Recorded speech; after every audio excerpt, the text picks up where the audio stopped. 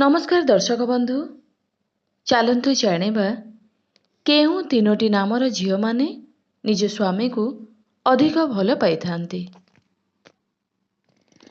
आपण बहुत थर शुणिथिबे और देखिथिबे काहार स्वामी तांका स्त्री को छाड़ी अन्य केउं नारी सह संबंध रखिथिबे। केवल एतिके नुहे बरं बहुत थर अनेक स्वामी निज स्त्री सह मारपीट मध्य करिथांती। निज स्त्रीर कथा शुणे नाही एवं खराब रास्ता बाछि निए, जुआ खेली थाए, घर प्रति ध्यान देई न थाए, स्त्री को मिछ कही थाए। एमितिरे स्त्री कौन करिबो कौन न करिबो समस्या रे पड़ी जाए। काहाकू कहिबा नाही एमिति प्रश्न रे छंदी होई जाए। आज आपणकर एही समस्यार समाधान मु आज चलंतु जणाइबी।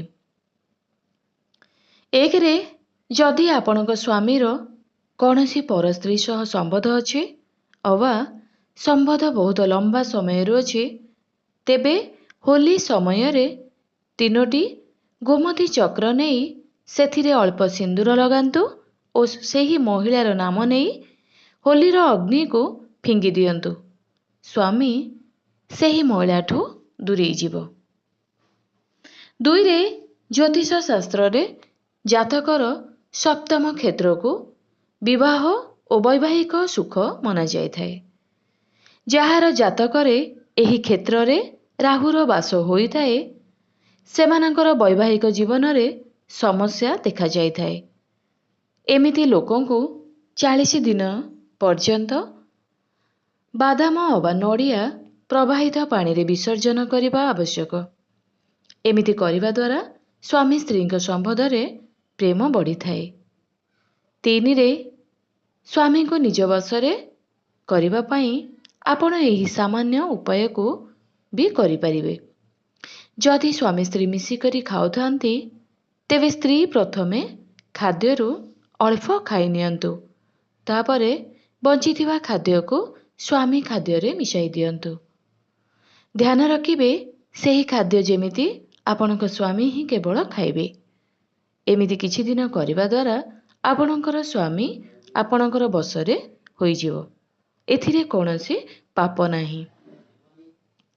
4 रे जदि कोनोसी स्त्री को लागे कि ताहार स्वामी केही अन्य नारी सह संबंध रखिछि अबा अन्य कोनोसी स्त्री कथा सबुबेले भाबुछि, तेबे गुरुवार दिन ठीक राति 12टा बेले शोइथिबा निज स्वामीर किछि केश को काटी नियंतु। आपण एही केश को नै ओ निज पादरे लगेई दियंतु। सेही दिनटू आपणको फरक जଣା पड़िबो। आपणक स्वामी केवल आपणकर आड़को आकृष्ट हेबे। 5 रे आपणकर स्वामी को आपणक आड़को आकृष्ट करिबा पई शुक्ल पक्ष रविवार दिन 5टी लवंग नियंतु एवं ताहाको आपणक शरीरर से स्थान रे रखंतु जेउ स्थान रे आपणकर अधिक झाल आसुथिबो। एहा परे आपण सेही लवंग को खरा रे भल भाबरे सुखाई दियंतु। तापरे एहाकू पेशी एहार चूर्ण बनांतु। एही चूर्ण को आपण निज स्वामीर खाद्य अबा अन्य कौनसी भोजन सह मिसाई तांको खुआई दियंतु। धीरे धीरे आपणकर स्वामी आपणक आड़को आकर्षित हेबाकू लागिबे।